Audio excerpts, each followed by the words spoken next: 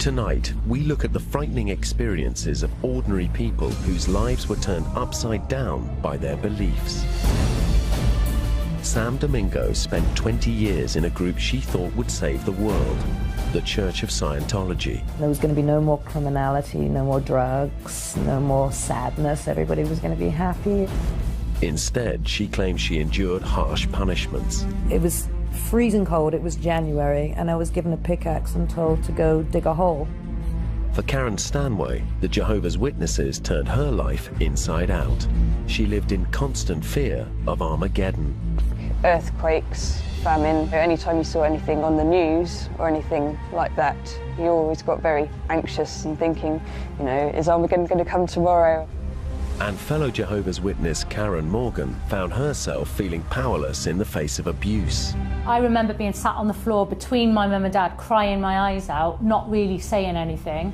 We'll hear the extraordinary stories of 3 women who found themselves wrapped up in powerful religious movements and ended up believing that they were trapped in cults. We were financially ruined, and my marriage was ruined, and my family was ruined.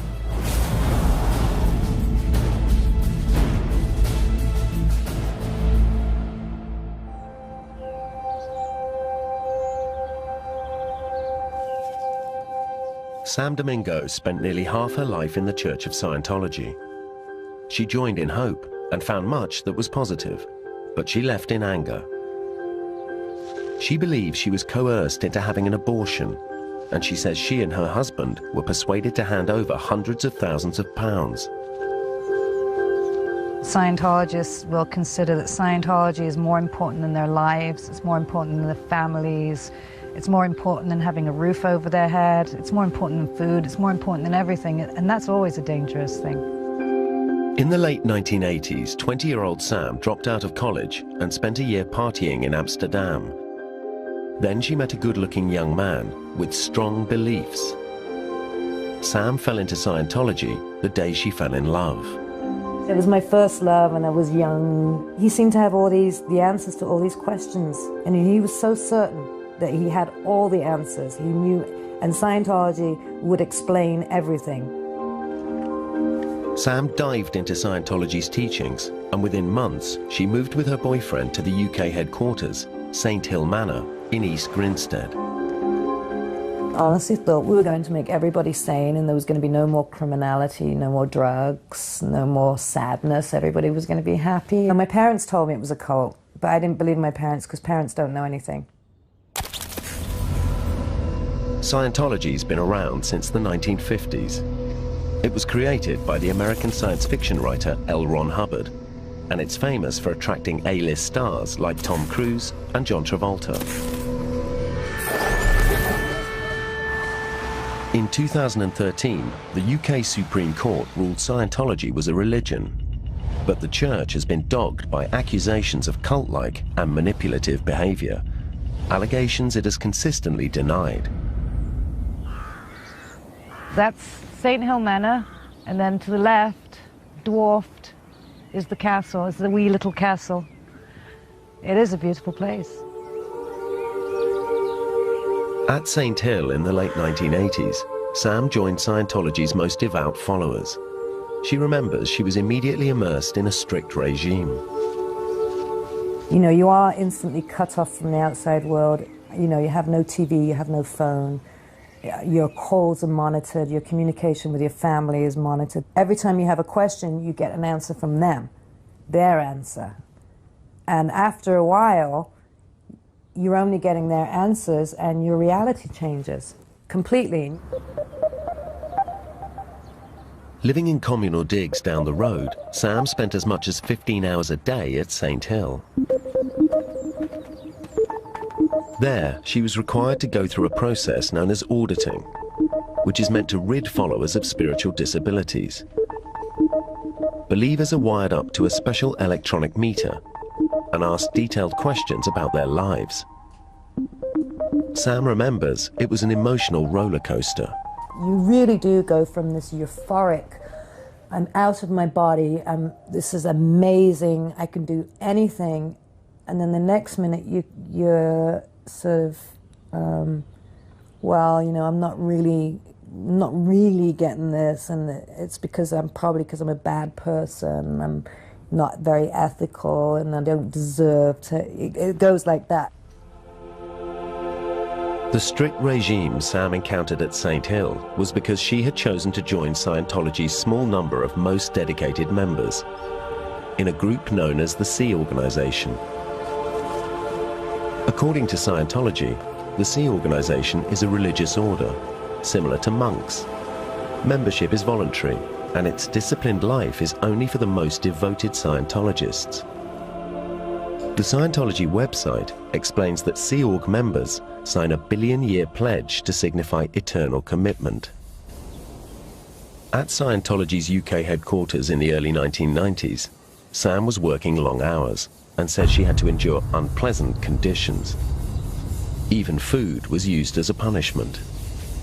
We washed our clothes in the bathtub, but the living conditions were terrible. I mean, rice and beans were supposed to be a punishment because we weren't working hard enough. Not getting paid was a punishment because we weren't working hard enough. Beans and rice then became dried porridge and milk powder mixed with water. Sleeping on dirty old mattresses in crowded rooms. I don't know what I was thinking, except if we weren't so lazy and undeserving, we could, you know, we could save the world and eat proper food. Scientology sent us these photos of facilities around St. Hill Manor today. They reject Sam's claims as untrue and say they bear no relation to current conditions. They also say that Sea Organization members are not cut off or monitored, that they have phones and computers and enjoy a varied menu. Although Sam thought the conditions were harsh, she remained a committed follower. People don't understand why people don't just leave, and there are many reasons for that. You've gotten involved, you've invested yourself. Your mind has been made to believe that this group has the truth and is the best place for you to be. Yeah, that's a good question. Why don't you walk away? You can't. You know, you've joined this group and you've made this promise and you've signed a billion-year contract, and you kind of feel like you're betraying everybody else, basically. Karen Stanway spent more than half her life dedicating herself to a different religious group. It's been about 10, 12 years since I was last here. I was born into this congregation, so for 16 years I had to come here 3 times a week without fail. Karen was born into the Jehovah's Witnesses. Her life once revolved around the Kingdom Hall in Guildford. Bringing it all back. It just makes you feel so angry because you felt so safe here and this was such a familiar place. And now I can pinpoint this place to meaning that I haven't got a career and I haven't got any money, and you know, which if I hadn't been brought up Jehovah's Witness, I probably would do.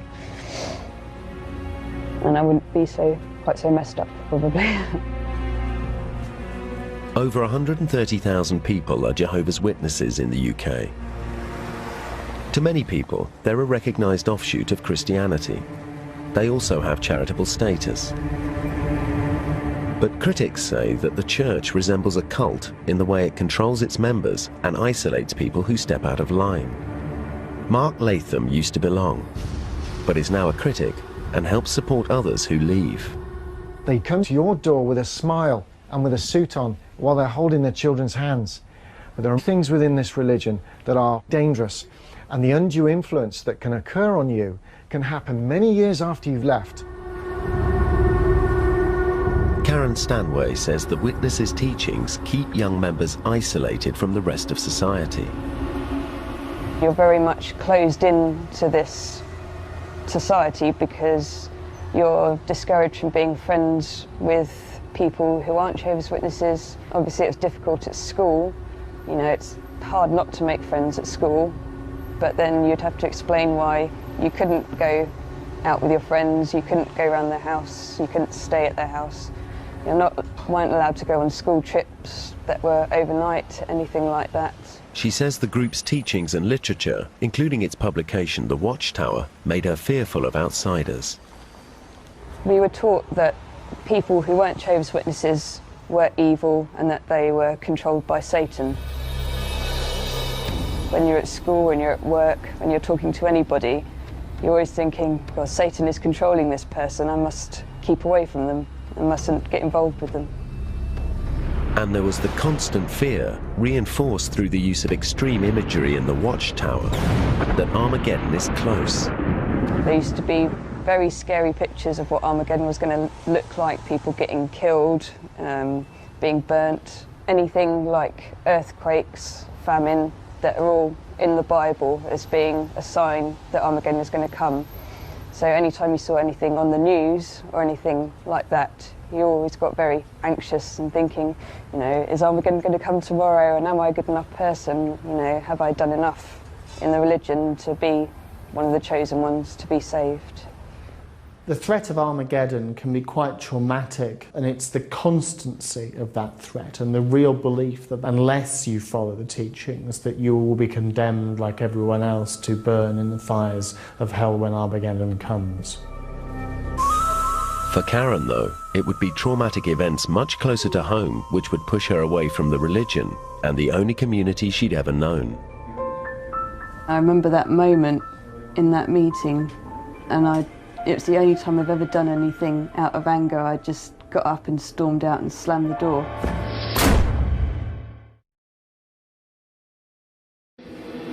By 1994, Sam Domingo had spent 5 years as a Scientologist in the elite Sea Organization. Most of her time was spent at St. Hill Manor, the British headquarters.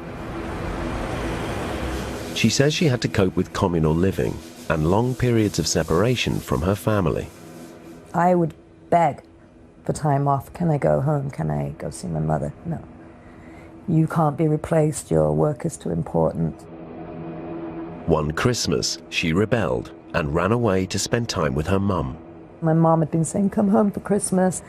So I ran away. I actually hitchhiked from East Grinstead to Derby. Spent Christmas and then called the organisation full of blame, shame and regret. Sam says she was punished for rebelling with harsh outdoor work in freezing weather. And then, unexpectedly, the organisation told her it needed her to work in California as a supervisor at its celebrity centre. I was trained to supervise the courses. I mean, a Scientology supervisor doesn't really do anything other than make sure people are reading their Scientology materials, because nothing can be altered. Everything L. Ron Hubbard wrote has to come in its pure form from L. Ron Hubbard. Sam was a long way from home, but at least her living conditions improved. Celebrity Centre, you're in front of the public, so we had nice clothes and we got fed, which was really good. So for me, that was a big step up. And the uniforms got washed. We didn't have to wash the uniforms in bathtubs with soap, because it probably wouldn't look good to the celebrities. By now, Sam was no longer with the boyfriend who first introduced her to the Church of Scientology. But she was about to find out just how much the organization liked to say in the relationships of its elite members. Sam had a growing friendship with one of her colleagues, and this soon drew the attention of their leaders. I had gone off to Celebrity Centre and started flirting with a guy that worked there. And, you know, within a few weeks, it was, you know, it had already become an ethics matter. You guys need to get married. It's going too far. You know, you're holding hands, you need to get married. To Professor Rod Dubrow-Marshall, it's behavior like this which makes Scientology seem less like a religion and more like a cult. Groups will often say to individuals who you can sleep with, whether you can have a child or not. There's even examples of where they've made people have abortions. And this is just a way of completely controlling the individual and basically saying to the person, we own you. So we got married, and I was on the pill, and woohoo, I found out I'm pregnant. As Sam was in the most dedicated part of Scientology, the Sea Organization, that meant that her happy news was bad news. Sea Organization members are not permitted to have young children. If a female member becomes pregnant, she and her husband are required to leave Sea Org to have the baby. It was officially an ethics matter. So I went to the ethics office and I said, hey, look, I've gotten pregnant. Bang! Just like I had committed the ultimate sin. And the next thing that came was, so what's the greatest good for the greatest number of dynamics here? Like, are you asking me to have an abortion? Well, what's the greatest good? You know, it was, yes, basically, yes, the right thing to do is have an abortion. That was made very, very clear to me. And when I said, absolutely not, you know, I'm going to talk to my husband about this, I mean, because that is your first line of support, your husband. No, I wasn't allowed to talk to him. Sam says she didn't see her husband until later that day. I didn't see him till like maybe 10 o'clock at night, and he came home and he said, I know what you did. You did this deliberately to get me, my own husband. I can't believe you were so evil. Basically, you're on your own, you know, you've committed this awful sin and you're on your own. So that's what happened when I got pregnant. Isolated and alone, the pressure on Sam was intense. Everybody I looked up to and respected told me I was a criminal. The head of the organization told my husband I was a leech. Yeah, I believed it. I bought into it. I had the abortion to prove I was a good person and I wasn't this evil Satan that everybody was saying I was. Scientology told us that although abortion is against the teachings of L. Ron Hubbard, members can choose to have an abortion. If they do choose to have a baby, they must leave Sea Org, and many have done so. They can rejoin it when the child is older, and some do. For Sam, the pressure she felt to abort her baby has left a permanent scar. I murdered a child. That's the way I look at it, and it will forever live with me that I murdered a child. And that's the way I see it. And I will never forgive myself for that, and I will never be able to right it. But despite the trauma, it would take Sam nearly 15 years before she could finally bring herself to walk away from Scientology.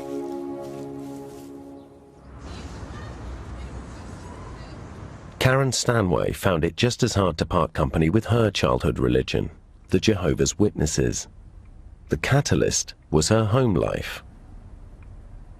Home life wasn't great because my father, he would be one person walking into the Kingdom Hall, and the other brothers and sisters thought he was this wonderful man, and then he'd come home and be a nightmare to live with. The stress took its toll on Karen. I was diagnosed with severe depression when I was 17. I was also diagnosed with anorexia. The doctors and therapists I saw all said that there was a link between that and the way I felt in the religion, about sort of having no control over anything, feeling frustrated, not being able to change anything. Things got even worse for Karen and her mum when, following the usual practice, they turned to the elders of their church for help with Karen's dad's behaviour. I know my mum was feeling suicidal at the point where she called the meeting with the elders. It was breaking point for her. She couldn't go on sort of pretending, living this life anymore. And I really think she thought the elders would help her. But the meeting offered no solution to the family's problems. They wanted to talk to us all together, which was difficult enough, obviously having to tell them what my dad was like in front of my dad. Mark Latham is a former witness who now counsels others who leave. He says that few Jehovah's Witness elders have had proper training and often aren't up to the job. With most elders, they're not trained in the arts of counselling. And you'll have three men come round. One might be a window cleaner, another one might be working in an office, another one could be a milkman. And there they are, sat there, and they're going to counsel you on what could be a very intricate, complicated issue for you. All that came out of the meeting was me and my mum being reproved for not being a good enough wife, for not being a good enough daughter. Unable to deal with it, Karen left. And I remember that moment in that meeting, and it was the only time I've ever done anything out of anger. I just got up and stormed out and slammed the door. For Karen, this was a turning point, when she realized that Jehovah's Witnesses would not protect her or her mother. But she knew that people who stopped following Jehovah's Witness rules risked total banishment and being cut off from family and friends.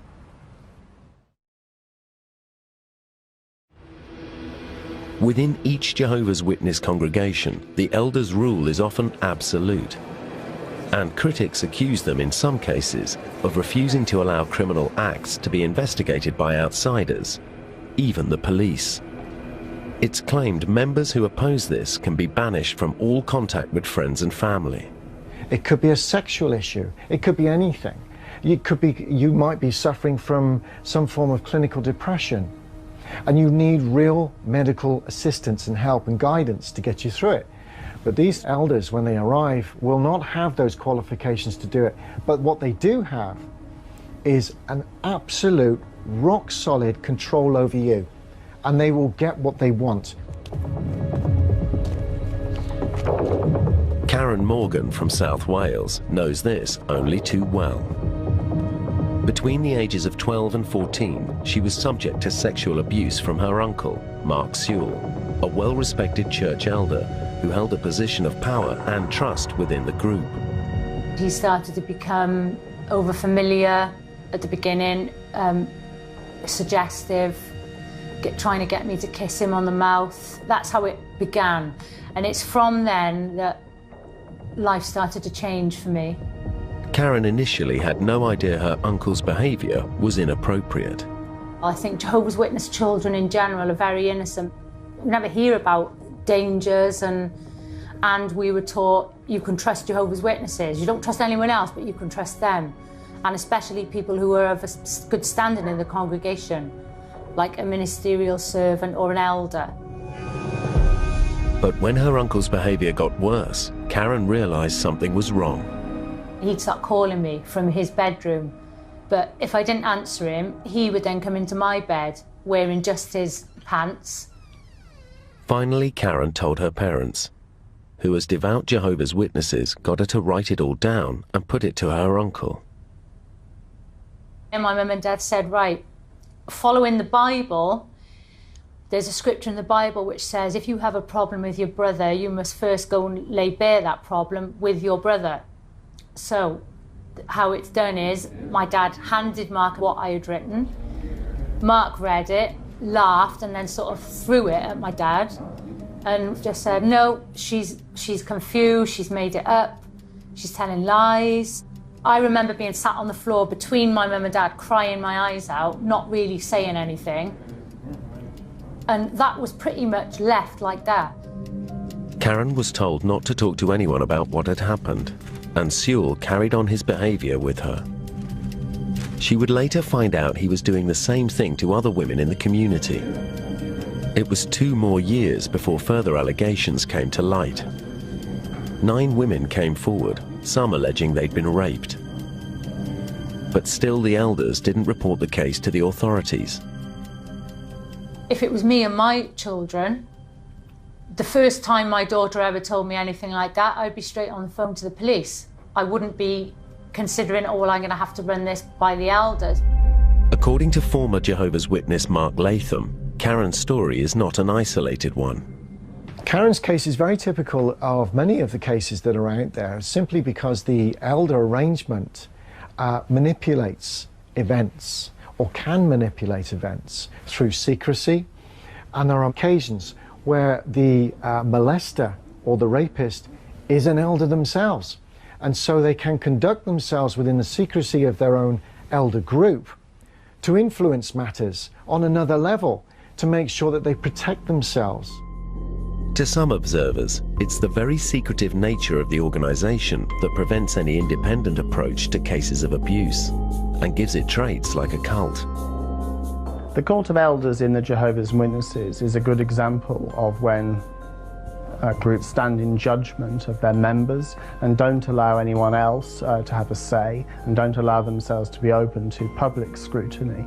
And in that way, the leaders perpetuate the practices and don't allow their members to effectively challenge that. Eventually, Karen defied the elders and with some of Mark Sewell's other victims went to the police. It took until 2014 before Sewell was finally found guilty of 8 historic sex offences and sentenced to 14 years. I would describe him as sadistic, controlling, selfish. He loved the fact he was an elder. He loved the power that came with being an elder. It was all about power and, manipulation. Following Mark Sewell's conviction, the Jehovah's Witnesses released a statement saying all sex offences were repugnant to them and that anybody committing child abuse would be expelled. They said there was no pressure on families not to report to the police, and they recognised that crime is a matter for secular authorities.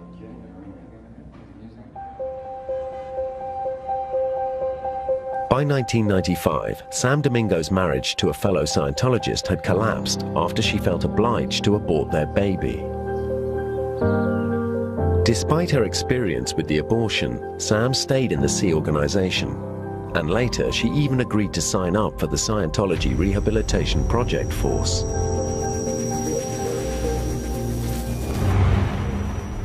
As an idea is like, you're a damaged piece, you're not doing well.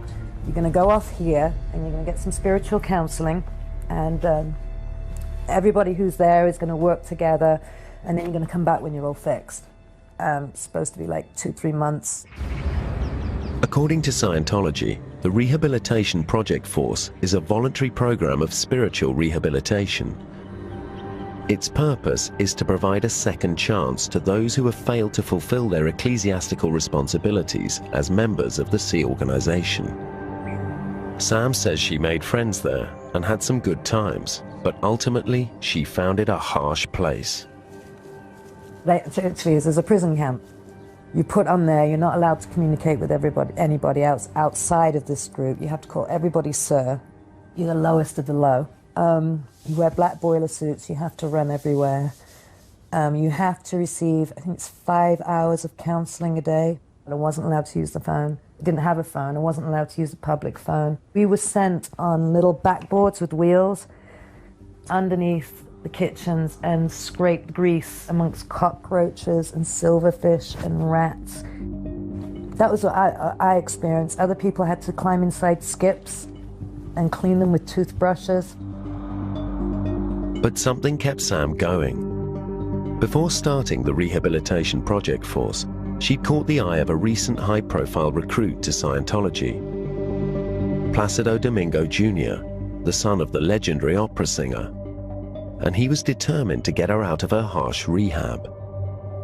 I'd met Placido, but I'd agreed that I was very bad and I wouldn't be with him, but he wasn't accepting of that. He was basically dropping threats. If you don't let her out, I'm going to get a chopper in there, I'm going to come and bust her out. So that's the point where they let me go.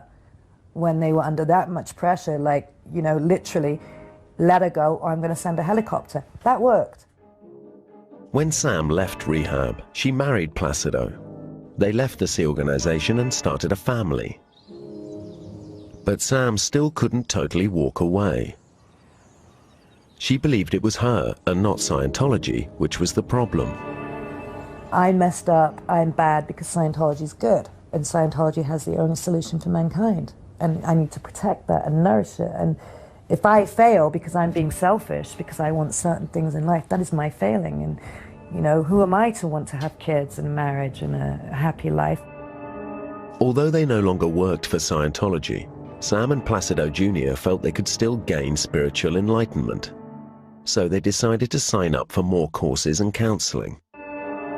But Sam claims once she stopped working for Scientology, she started to have to pay for its services. And she claims she also got a bill for all courses and counseling she'd previously received. This is known as a freeloader bill. So I had 3 kids, and I did my amends for leaving the Sea organization, and I said I'm really, really sorry, and paid them lots of money, and I paid my freeloader debt for all the amazing things I'd received as a staff member, $50,000. And then, it was $10,000 for an intensive of this, and $10,000 for repair, and $10,000 for this course. Over the next 10 years, Sam estimates she and her wealthy husband paid Scientology £200,000 for courses, as well as tens of thousands more in donations. More money, next course. Get you through the course as fast as you can. Buy the next one. It's all very urgent. You have to do it now. And it's very vital that you go to the registrar and you hand your credit card. And if you don't have the money, find it, borrow it, take a loan. That makes it even harder to turn back when you've invested so much. Scientology denies Sam's claims and says people are not pressured to take out loans, use credit cards, or make other payments. They say there is no compulsion to buy courses or literature or pay for its services. By 2009, the cost had put a strain on her finances and her marriage was falling apart. Sam Domingo finally began to question her involvement with Scientology. We were financially ruined, and my marriage was ruined, and my family was ruined, and I went, this is not working out too well. She turned to the internet and websites she'd previously been forbidden to look at. Sam was overwhelmed by the stories she read of people who said their lives were ruined by Scientology. All of a sudden, everything made sense, and I was out, just like that, just because I disobeyed the rule about not going on the internet. Sam now made the decision to leave, but actually breaking ties with Scientology would prove harder than she imagined. You create a prison in your own mind. Like, your mind becomes the prison. There's nobody stopping you walking out, but your mind, you become your own prison guard. Rod Dubrow-Marshall has come across many people who say they felt trapped, like Sam. It's only after a period of time when you've had the chance to doubt and think about what you're doing, and it's like a pressure cooker, it builds up slowly over time, sometimes over many years before people then have the courage to leave and leave what they've devoted themselves to. As soon as Sam told the Church of Scientology she was leaving, she was declared a non-person, or a suppressive. If you're declared a suppressive person, you are basically excommunicated from the church, denied all rights and privileges, which include the rights and privileges of having friends, or having a family, or having a job. So anything that you had in your life that was connected to Scientology is gone. Her marriage was already over. Now Sam's life began to fall apart, as she says she was shunned by her fellow Scientologists, people she used to consider friends. For 2 years it was hell. It was hell. And I was barely keeping it together, and I was only keeping it together for the kids. There was at one point I felt suicidal, because I'd lost everything. I'd lost my friends, I'd lost my marriage, utter mess. And the kids were in a state, and I felt responsible. Slowly, she started to rebuild her life. The point I decided to fight back was where the kids got targeted. My 7-year-old was excommunicated because I was excommunicated, and her friends disconnected from her, and nobody in Scientology would have anything to do with this. The Church of Scientology has said Sam is disingenuous to complain if she was shunned, since it was she who publicly announced her disconnection from the church and made abusive statements about it. According to Professor Rod Dubrow-Marshall, it can be difficult to go back to everyday life after leaving a group like this. Re-entering society is very hard because there's a huge gap in your life that you don't want to explain to people. You've not had a career, your CV is kind of empty, you have no money, you have no friends, you have to remake your relationship with your family, and it's a whole process of rebuilding, really from the ground up. And for Sam, there was the added responsibility of 3 children to care for. It was going to be a slow and painful journey back. Karen Stanway and Karen Morgan were both Jehovah's Witnesses who felt the religion failed them when they suffered family crisis, and in Karen Morgan's case, sexual abuse. They were born into the organization, and they knew if they left, it would try to disfellowship them, isolate them from everyone they'd known. They've known nothing but the cultic experience, where relationships are very, very tightly controlled. They've been very isolated from society, and their voices haven't been much heard. Myself and my boyfriend, who was a Jehovah's Witness at the time. He wanted to leave, I wanted to leave, but we had to try and find a way of doing it so that we wouldn't get disfellowshipped and lose contact with our families. Critics claim trying to break away from the Jehovah's Witnesses can be tough and the social pressure immense. They have this one tool, this one weapon of shunning, and they dress it up, misapply scriptures, and then get their policemen, the elders, to police it. And when that shunning happens, it's very real. Our solution was to get married, move away, so we could leave the religion but not get disfellowshipped. Karen Morgan's exit was a different kind of pain. She decided to walk away after the elders ignored her claims of sexual abuse at the hands of her uncle. It caused turmoil in her family. I can remember having arguments with my mum, terrible, about things. And I can remember my mum saying, well, if you're not going to come to meetings anymore, you're not living here anymore. So I was sort of like, well, fine, I'll move out, as teenagers do. And I literally did. I packed a suitcase and I moved out of their house, didn't have a clue where I was going. Karen was disfellowshipped by the group. I was on my own, living in a horrible little bedsit, didn't know a soul, and had no contact with my mum and dad for a year. She was faced with dealing with the world outside the Jehovah's Witnesses for the first time. They're going to feel like pariahs and very stigmatized. At what point do you say to somebody, well, I grew up in this crazy group? You know, when is that okay to disclose to somebody? It's a very scary thing. I'm very lucky I didn't end up dead, raped, addicted to drugs, alcohol, anything. I could have ended up anywhere, and I'm very lucky I didn't. But so many people do. When I left the organisation, I found it very, very difficult because I was suddenly sort of thrown out on my own. I hadn't even sort of lived a teenage life either, so I was in my 20s and felt like I had to start a whole new life all over again. The social isolation and loss of trust was a big issue for Karen Stanway. I found it very difficult to make new friends. You know, my close friends that I'd grown up with and that I'd always known had cut me off in a heartbeat, so I thought, well, why should I bother trying to make friends and trust people when that could happen all over again? It's also the families that can suffer when shunning takes place. Karen Morgan was lucky. Her family ties have proved stronger than the Jehovah's. The turning point came when I was getting married and of course wanted my dad to walk me down the aisle. Two elders went to see him and basically gave him a choice. If you walk your daughter down the aisle, you won't be an elder anymore. And it was as simple as that. Something clicked in my dad's head emotionally, and he became completely numb overnight to the Jehovah's Witnesses. And he said he just thought, do you know what? I'm walking my daughter down the aisle and that's it. My dad picked me over the Jehovah's Witnesses. After 7 years, Karen Stanway is also reconciled with her mother. I have a very good relationship with my mum.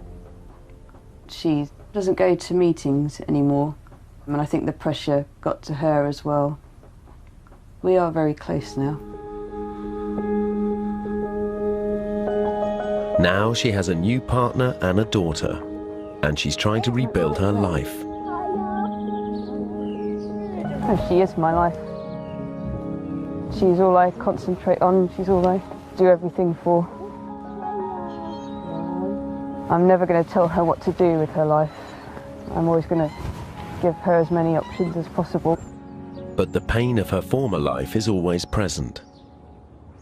I feel a lot of resentment, a lot of anger as well, that those opportunities were taken away from me, and that I feel like I wasted the first 16, 17 years of my life.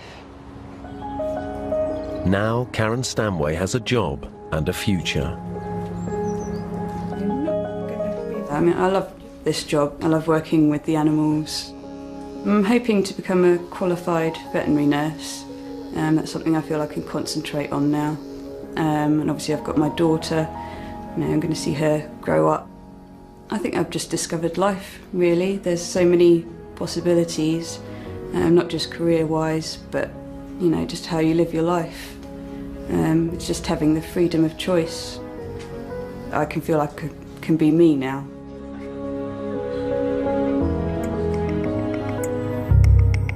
5 years after she left the Church of Scientology, Sam Domingo has finally started to rebuild her life back in the UK. The kids had lost everything, including their pets, when we moved out here and we ran away and the marriage ended and everything. And I got the ferrets because the ferrets used to make the kids laugh.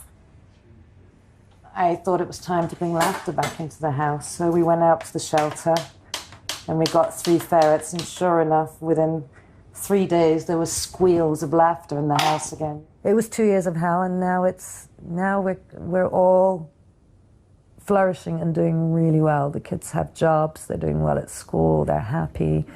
I'm happy, you know, have a normal life. Scientology was a key part of Sam's life, and she accepts not all of her experiences were negative. But Sam now has a mission to stop them recruiting new members. My experience in Scientology, what did it do to me? It made me a stronger person. It made me a wiser person, and it gave me the ammunition to fight back. Sam may no longer be inside the church, but she remains a rebel, returning to Scientology's UK HQ in East Grinstead. We fight back by exposing the abuses, telling people what really happens so they don't get any more people. Where are you from? Oh, I used to be a Scientologist. I used to actually be a Sea Org member. What's your name? Samantha Domingo. Thank you, Samantha. What's your name? And then we do the naughty stuff, testing their security. So if I were to walk on to the church property right now, I would be met with very panicked people, such as the paranoia.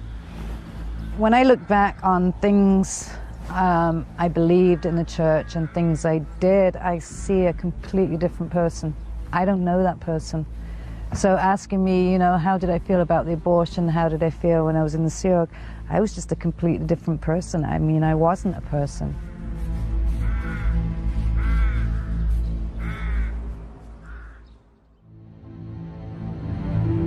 The Church of Scientology does not accept any of the complaints or criticisms made in this program. They say that Sea organization members can and do leave the organization, but stay within the church. They add that Sam Domingo left the Sea Org in 1995 and stayed a member of the church for a further 15 years. They told us that her complaints bear no relation to the church today. They add that the vast majority of Scientologists live ordinary lives and come from all walks of life.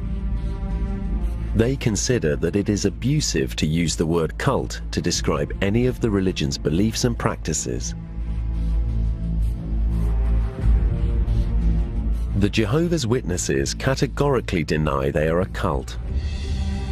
They state, "We are Christians who do our best to follow the example of Jesus Christ and live by his teachings, and are legally recognized in 152 nations." Their website says that if a family member has been shunned or disfellowshipped, that does not sever the family ties, and normal day-to-day dealings may continue.